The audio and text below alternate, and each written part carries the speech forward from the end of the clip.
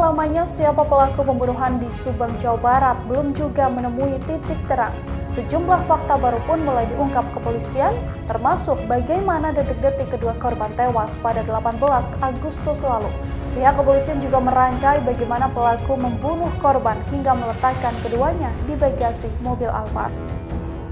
Temukan fakta baru, polisi ungkap detik-detik pembunuhan ibu dan anak di Subang, dihabisi saat tidur. Hingga hampir 2 bulan lamanya, polisi masih bekerja ekstra keras merangkai benang merah kasus pembunuhan ibu dan anak di Subang, Jawa Barat. Sebagaimana diketahui, Tuti Suhartini, 55, dan putrinya, Amalia Mustika Ratu, 23, ditemukan tewas bersimbah darah di rumah di Dusun Ciseti, tanggal 18 Agustus tahun 2021. Keduanya ditemukan dalam kondisi mengenaskan, tak berbusana dan tertumpuk di bagasi mobil Alphard yang terparkir di halaman rumahnya.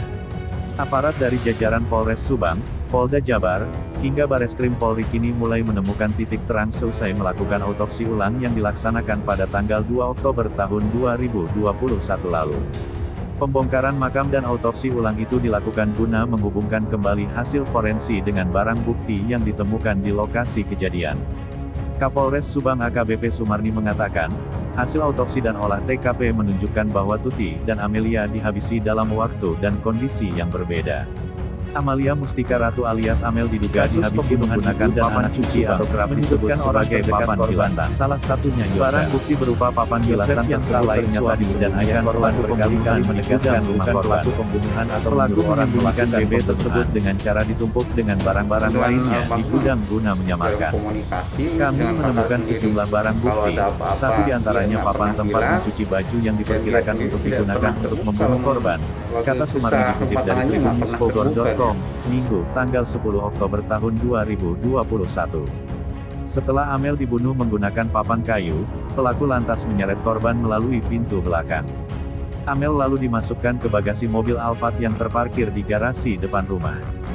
Hal itu didasarkan pada luka yang diderita oleh Amalia di bagian kepala. Sementara pada tubuh Tuti, tidak ditemukan adanya bekas luka pukulan. Sehingga, Tuti diduga kuat dibunuh pelaku saat sedang tidur. Sepertinya pada saat dipukul, korban Tuti sedang tidur, karena tidak ada tanda perlawanan atau bekas kekerasan, papar AKBP Sumarni. Hal itu tentu berbeda dengan kondisi Amelia yang didapati bekas luka pukulan atau kekerasan pada bagian kepala. Amel diduga sempat melawan saat akan dihabisi oleh pelaku.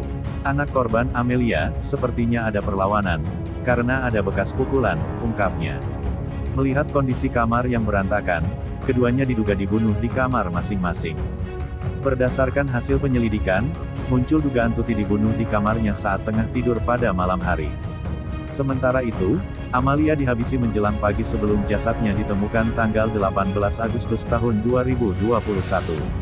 Diduga kuat Amalia sempat melakukan perlawanan saat hendak dibunuh. Pasalnya, kondisi rumah dalam kondisi berantakan meski tak ada satupun barang berharga yang hilang. Setelah kedua korban tewas, pelaku kemudian memandikan Tuti dan Amalia di kamar mandi. Belum diketahui maksud pelaku memandikan kedua jenazah sebelum memasukkannya ke dalam bagasi mobil Alphard. Saat ditemukan, jasad ibu dan anak itu dalam kondisi bertumpuk dan bersimbah darah. Ironisnya, jasad Amalia juga ditemukan tanpa busana di dalam bagasi.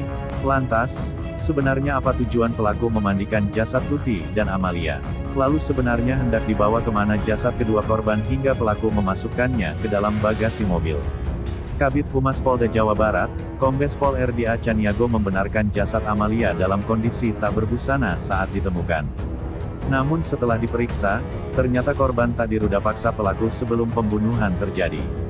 Ya, kondisinya pada saat di tempat kejadian perkara TKP itu memang tanpa busana, tapi dalam keadaan tertutup, kata RD, Rabu, tanggal 25 Agustus tahun 2021 lalu.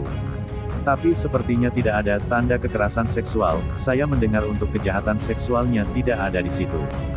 Kabid Humas Polda Jawa Barat, Kombes RDA Caniago menyampaikan bahwa pihak kepolisian masih terus bekerja untuk mengungkap kasus pembunuhan terhadap ibu dan anak Yan.